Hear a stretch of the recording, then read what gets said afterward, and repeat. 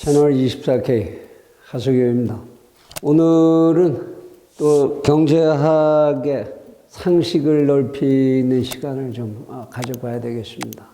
여러분들이 참 애매하고 늘 알고 있는 듯 하면서도 뭔가 석연치 않다 이러고 가지시는 개념이 여러 가지가 있는데, 그 중에 대표적인 게 무엇이 자본주의고 무엇이 사회주의고 무엇이 공산주의냐. 특히 이 중에서도 이제 사회주의하고 공산주의는 뭐가 같고 뭐가 다른 거냐, 이런 것들을 참 구분하기 어려워하시고 궁금해하시죠. 이 나라가 지금 사회주의적으로 가고 있다, 또는 심지어는 이 나라가 공산화하려고 그런다, 뭘 보고 그렇게 판단해야 되는 거냐? 참 쉽지가 않은 문제이긴 합니다. 그래서 여러분들이 그런 판단을 하시는데 좀 도움이 될까 해서 자본주의, 사회주의, 공산주의, 그 사이에 자리 잡고 있는 중도라는 건 도대체 뭔지, 어떤 사람들을 중도라고 하는 건지, 또 제3의 길 같은 것도 있고, 우리나라에서는 경제민주화 같은 이런 이야기도 많이 나왔는데, 이런 얘기들이 다 뭘 뜻하는 건지 한번 종합적으로 정리해보는 시간을 갖습니다. 먼저 이 자본주의 얘기하기 전에, 자본주의라는 이야기가 나온 뒤에 사회주의, 공산주의 이런 얘기들이 대립개념으로 등장하는 거니까, 물론 연조는 어떻게 보면 사회주의가 자본주의보다도 좀 오래된 측면이 없지 않아 있습니다만, 그래서 자본주의라는 말이 성립하게 된 과정, 이 과정을 역사적으로 좀 이해하실 필요가 있습니다. 서양의 경제가 어떻게 성장 발전해 왔느냐, 이것에 대한 이해를 가지셔야 용어에 대한 이해를 분명히 하실 수가 있고, 그리고 그 인과관계를 이해하실 수가 있을 것이기 때문에 경제사적인 정리, 그 시대 정리를 좀 해두실 필요가 있습니다. 그래서 어디까지나 서양 경제 기준입니다만은 쭉 한번 이제 그 흘러올 흐름을 요약해서 정리를 해드리겠습니다. 물론 동서양에 다 선사시대가 있었죠. 역사가 없는 유사라고 얘기하죠. 그 역사의 기록을 남기지 않은 선사시대가 소위 원시시대라고도 하고 그럽니다만, 그런 시대가 있었습니다. 서양에서 본격적으로 경제학적으로 이제 관심을 보이기 시작하는 시대는 대개 로마의 건국으로부터 시작합니다. 로마는 그리스에서 아테네와 트로이의 전쟁에서 트로이가 패전한 다음에 트로이의 유민들이 칼타고를 거쳐서 현재 로마 반도로 상륙해서 세운 나라가 로마다, 이렇게 돼 있죠. 여러분들이 로마역 광장에 가시면 광장 한가운데 로물루스와 레무스라고 하는 이제 로마 건국의 쌍둥이 형제가 늑대의 젖을 빨고 있는 이런 동상을 보실 수가 있죠. 그 시대부터 이제 역사가 기록이 되기 시작합니다. 그래서 그때는 로마는 그냥 도시국가로서 성립해 있다가 이것이 BC 31년에 와서 로마 제국으로 발전해서 로마 제국이 성립하죠. 제국이라는 것은 황제가 지배하는 나라입니다. 황제가. 제국, 황제의 나라란 뜻입니다. 그게 무슨 뜻이냐? 황제는 황제 밑에 왕을 거느리죠. 한 사람의 왕은 그냥 왕이라고 부르는데, 여러 사람의 왕을 거느리는 왕, 왕의 또 다른 왕, 이거를 황제라고 부르죠. 그죠? emperor. 킹이 아니라 emperor죠. 이 황제가 다스리는 나라라는 건 무슨 뜻이냐? 여러 군데의 식민지를 가지고 있고, 식민지를 다스리는 존재들이 왕이죠. 총독이라고 하지만 현지에서는 사실상의 왕과 같은 사람들이죠. 이렇게 다른 여러 식민지를 지배하고 있는 나라의 최고 권력자, 그를 황제라고 합니다. 로마 도시국가 이외 지역의 원정이 많이 일어나게 되고 제국으로서 성립하는 시기를 BC 31년으로 잡습니다. 이렇게 해서 로마 제국은 승승장구하고 거대한 유럽 전역과 아라비아 제국들까지, 아랍권의 국가들까지 여기를 전부 지배하는 대제국으로 발전을 했었는데, 이것이 AD 375년에 와서 급작스럽게 붕괴하게 됩니다.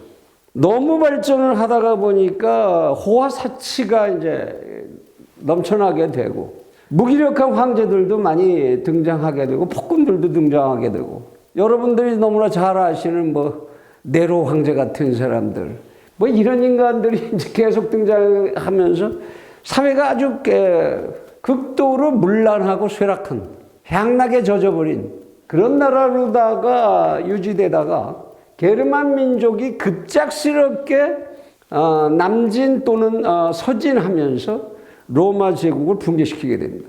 게르만 민족이 괜히 이렇게 대이동을 한 게 아니라 유럽의 동쪽에서 이제 세력을 넓혀온 훈족이 급격하게 게르만 땅을 침략을 하면서 거기에 쫓긴 게르만 족속들이 프랑스 쪽으로 스페인 쪽으로 그리고 이태리 쪽으로 남진 서진을 극단적으로 해오게 됩니다.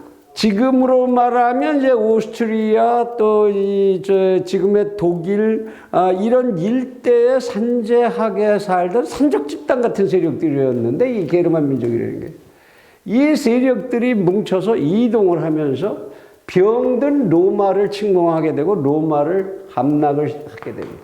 요때까지를 서양 역사는 고대라고 부른다. 고대. 로마의 건국으로부터 로마의 멸망까지가 고대의 로마 제국의 멸망까지가 고대에 해당하는 거죠.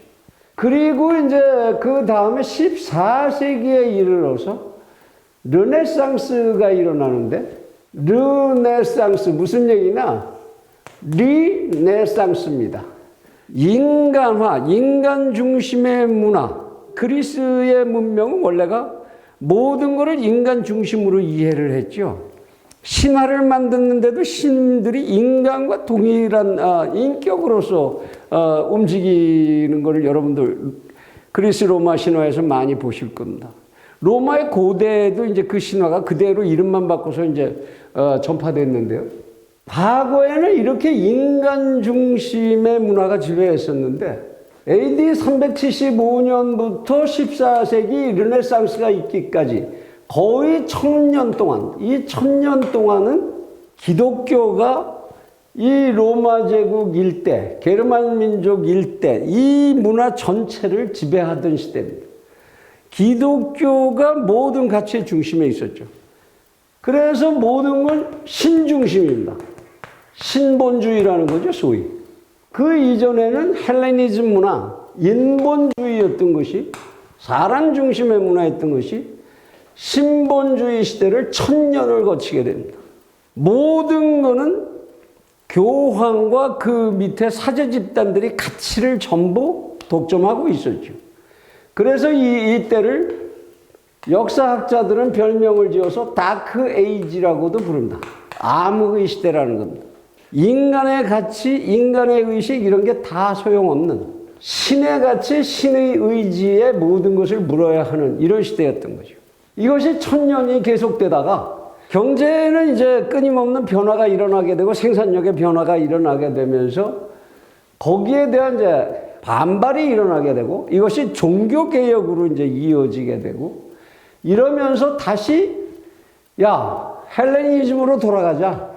인본주의로 돌아가자라고 하는 의식이 사회 전반에 퍼지게 됩니다. 그래서 그 이전까지는 기독교의 성인들의 그림이나 그리고 이러던 화가들이 그리스 로마 신화에 나오는 그런 인물들, 이런 거기에 나오는 이야기들, 이런 거를 그림과 조각으로 막 그리게 되고 이런 급격한 변화가 일어납니다. 인간과 신이 대화하는 시대가 이제 다시 열린 거죠. 이게 이제 종교개혁으로 이루어지면서 서양 사회에 엄청난 변화가 일어나게 됩니다. 종교개혁이라는 것이 대개 요점 정리를 하면 뭐냐 하면, 이 봉건 시대에, 다크에이지, 암흑 시대에 기독교의 교리는 뭐였느냐? 부자가 천당에 가는 것은 낙타가 바늘구멍을 통과하는 것과 같다. 사실 이거는 이제 번역의 오류다, 뭐 이런 지적을 하는 학자들도 없지 않아 있습니다만은, 그와 같이 부자를 경멸하는, 부자를 인정하지 않는 이러한 가치관을 가지고 이제 사회를 지배해 왔는데, 왜냐하면 가진 자들의 자기 방어 기제라고 할 수도 있죠. 그 당시에 교황이나 왕이나 귀족들은 뭐 안 가진 게 없이 다 가졌는데, 일반인들이 같이 동격으로 성장해 오면 그건 마음에 들지 않는 일이지요. 그런 교리를 가지고 있었고, 모든 기독교의 경전은 라틴어로만 써야 되고 라틴어로만 강론을 해야 됐었습니다. 그래야 일반 농노들이 성장하는 것을 막을 수가 있죠. 그래서 신부는 성당에서 라틴어로 얘기를 하는데, 거기 들어온 농노들, 이 신도들은 한마디도 못 알아들은 거죠. 그리고 나서 이제 끝난 다음에 신부가 자기들의 언어로 자기 마음대로 해설을 또 합니다. 그러면 농노들은 그런지 아는 거죠, 그냥. 라틴어 어차피 못 알아들으니까. 이렇게 했던 건데, 이거를 16세기에 와서 대표적으로 이제 켈뱅이나 마틴 루터 같은 사람들이 번역을 해버립니다. 자기네 나라 고유 언어로 성경을. 이게 종교개혁의 시작이죠. 쉬운 얘기로 독일어로 베르프라고 하는 이제 단어가 있는데요. 이거는 직업이라는 단어입니다. 원래가 독일어로 직업인데, 라틴어에서 미션, 요거는 소명, 신이 준 소명, 사명 이런 뜻이거든요. 이거를 독일어로 베르프로 번역을 해버립니다. 신이 준 너의 재능, 너의 탤런트는, 그거는 신이 돈 벌라고 준 거야. 너 잘 먹고 잘 살라고. 그걸 가지고 직업을 하는 거야. 그래서 직업을 가지면 직업은 뭐예요? 돈을 추구하는 행위 아닙니까? 신성한 신의 임무라고 생각했던 미션이라는 말을 직업이라는 베르프라는 말로 바꿔버리죠. 부자가 왜 천당을 못 가? 네 타고난 재능, 하늘이 준 재능, 탤런트를 가지고 그대로 열심히 일해서 돈을 버는 건 죄가 안 돼. 그래서 부자가 되는 거, 그거 얼마든지 가능한 일이야. 그래도 천당 가. 얼마나 급격한 사상의 변화입니까? 신본주의에서 인본주의로 넘어가는 가치관의 전환이 그런 것이었죠. 이렇게 하면서 세상에 엄청난 변화가 일어나게 되는데, 돈을 추구하는 행위들을 아주 마구 하게 된다. 실질적으로 이때 이제 동시에 전개된 것이 지리산 발견이란 말들 많이 들어보셨죠, 그죠? 많은 이제 포르투갈, 스웨덴, 스페인에서 먼저 시작을 했습니다만은, 야, 이 지구상의 딴 데 한번 가보자. 갈 수 있을 거야. 배를 타고 가보자. 그래서 이거를 대항해 시대라고도 하지요. 바스코 다가마라든지 여러분이 너무나도 잘 아시는 콜럼버스라든지 이런 사람들이 막 해외 탐험에 났습니다. 전 세계에서 자기들의 식민지를 만들어내게 되죠. 엄청난 자원을 자기네 나라로 끌어들인다. 금덩어리, 은덩어리. 스페인은 정말로 너무도 많은 금덩어리, 은덩어리들을 끌어들여서 이것이 스페인에 감당할 수 없는 인플레이션을 만들고 스페인의 경제를 한때 폭망하게 만드는 결과를 가져올 정도로, 그걸 가격혁명이라고 합니다마는, 그런 돈의 탐욕, 자원의 탐욕, 축적 이런 게 일어났던 그런 시기입니다. 이 시기에는 장사해서 돈 버는 그것이 인간들이 추구하는 거의 최상의 가치였죠. 소위 불리오니즘, 황금만능주의, 메모니즘 이런 거죠. 황금만능주의가 휩쓸던 시대입니다. 이때를 중상주의 또는 이행기라고 합니다. 여러 가지 말로 하는데요. 이 이후에 등장하는 게 자본주의 사회이기 때문에 이때까지를 전자본제적 사회라고도 합니다. 봉건시대가 끝나고 나서 종교개혁, 르네상스 종교개혁을 거치면서 이와 같이 서구 사회는 중상주의적인 사고, 돈을 중요시하는 사고, 돈을 추구하는 사회, 이런 문화가 이제 유럽 전체를 휩쓸었죠. 마르크스 쪽에서 쓰는 용어로 하면 이것이 이제 전자본적인 사회, 자본제로 가기 전의 사회다 이거죠. 또는 이제 본원적 축적의 단계, 본원적 축적의 시대. 산업혁명을 하기 위해서 돈이 필요했는데 그 돈을 축적시키는, 자본을 축적시키는 그런 시기였다. 이렇게 뭐 다양하게 부르는 시대가 15세기부터 18세기 산업혁명이 일어날 때까지의 유럽의 역사입니다. 이때는 이제 고대 중세에 대비해서 대개 역사적으로는 이행기라고 부른다.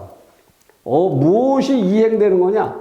봉건 시대에서 자본주의 시대로 넘어가는 그 과도기적인 시기다. 그런 의미에서 이행기라고 부릅니다. 이 이행기를 거치면서 축적된 지식, 축적된 자본, 이것을 가지고 전반적인 산업의 변화가 만들어지게 됩니다. 과학기술에서는 이제 영국에서 물론 이 과정을 좀 더 세밀하게 말씀드리려면 뭐 시간이 굉장히 가겠습니다만, 토마스 하비 같은 사람들이 그때 처음으로 발견한 게 인체를 움직이는 건 혈액이 순환하기 때문이다. 그때 처음 알았어요. 이때 와서. 인간의 혈액이 하는 일이 뭐냐? 이게 전체적으로 순환을 하면서 인간의 생명을 유지시키는 거구나. 인간의 혈행에 관한 원리를 이때 발견하게 됩니다. 1760년대를 전후해서죠. 이때에 증기기관도 만들어지고, 이때에 산소라는 것이 무엇인지, 수소라는 것이 무엇인지 이런 것들이 막 발견이 되고, 이런 이제 아주 혁명적인 변화가 일어나게 되죠. 이것이 왜 영국에서 제일 먼저 1760년대를 정해서 영국에서 제일 먼저 이런 변화가 일어나게 됐느냐? 거기에는 또 하나 이제 신흥산업자본가의 역할을 했던 영국에서 뿌띠 부르주아라고 하는 이제 계급인데요. 그들의 등장, 그것이 영국에 많이 있던 젠틀이라는 계층으로부터 비롯된다. 뭐 이런 얘기들까지 이해하셔야 좋겠지만 지금은 경제사학을 하자는 게 중요한 게 아니니까 이렇게 이행기를 거쳐서 18세기 이후에 소위 서양의 근대라는 것이 시작된다. 산업혁명을 중심으로 해서. 이 산업혁명 때에 이 현상을 학문적으로 그때의 특징을 분석을 한 사람이 칼 마르크스라는 사람인데, 그 사람이 이제 책을 하나 씁니다. 다스 카피탈이라는 책을 쓰죠. 자본이라는 뜻입니다. 자본.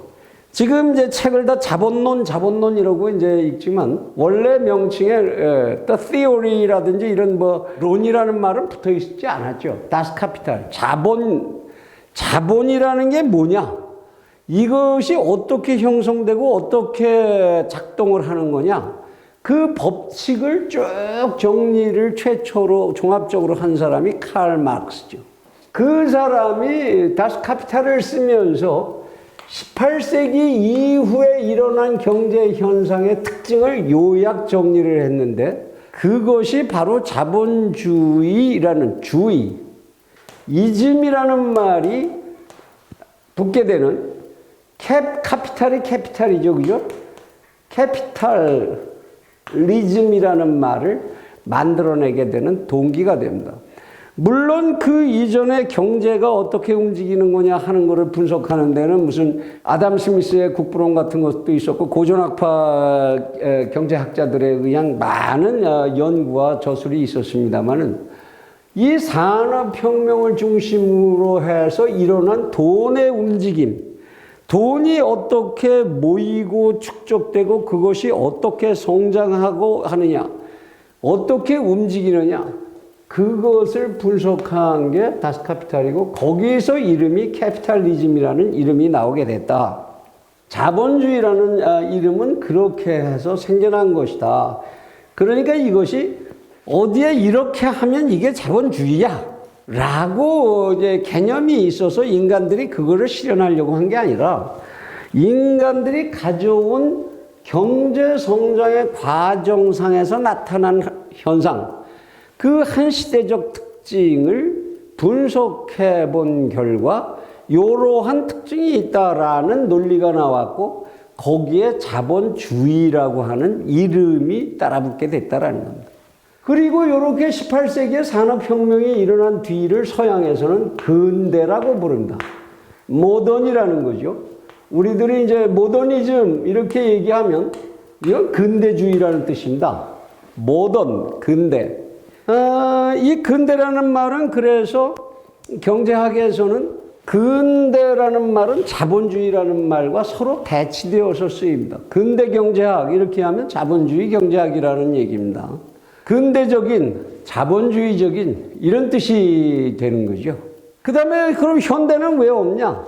현대는 지금 현재 진행하고 있는 것이기 때문에 역사적으로 이제 뒤에 오는 사람들이 근대를 어디까지로 끊어서 보고 그 다음을 무엇라고 또다시 명칭을 주게 될지 그건 아직 정해진 바가 없죠. 그래서 지금까지가 근대입니다. 요즘에 이제 이 근대 시대가 끝나가면서 포스트 모더니즘이라는 말이 나오죠. 또는 포스트 캐피탈리스트 또는 포스트 캐피탈리즘 뭐 이런 이제 산업혁명 시대와는 또 다른 특징을 가진 이런 이제 경제 시스템이 패러다임이 생겨난다. 이런 것에 의해서 이제 포스트 모더니즘, 포스트 캐피탈리스트, 포스트 캐피탈리즘 이런 말들을 쓰는 사람들이 이제 등장하고 있습니다만은 아직까지는 이제 사적으로는 근대라는 말까지가 공식적인 사적 관찰입니다. 오늘 사실 이 강의를 자본주의, 사회주의, 공산주의란 무엇이냐? 이것을 설명드리기 위해서 이제 강의를 시작했는데, 이 유튜브의 제약이라는 게 시간이 길면 재미없어서 아무도 안 보시죠. 워낙 뭐 그렇지 않아도 채널 24K 별로 재미없어서 많이들 안 보시지만, 오늘은 여기까지 일단 자본주의라는 용어가 어떻게 등장했는지, 그리고 서양 경제라는 것이 어떤 시대적 구분에 의해서 어떤 특징을 가지고 전개되었는지를 요약하는 것까지만 제 일부로 정리를 해드리겠습니다. 그리고 곧 이어질 제2부에서 본격적으로 자본주의, 사회주의, 공산주의란 무엇이냐 이 이야기들을 계속 이어가도록 하겠습니다. 제2부를 기다려 주시기 바랍니다. 여기서 일단 마무리합니다. 감사합니다.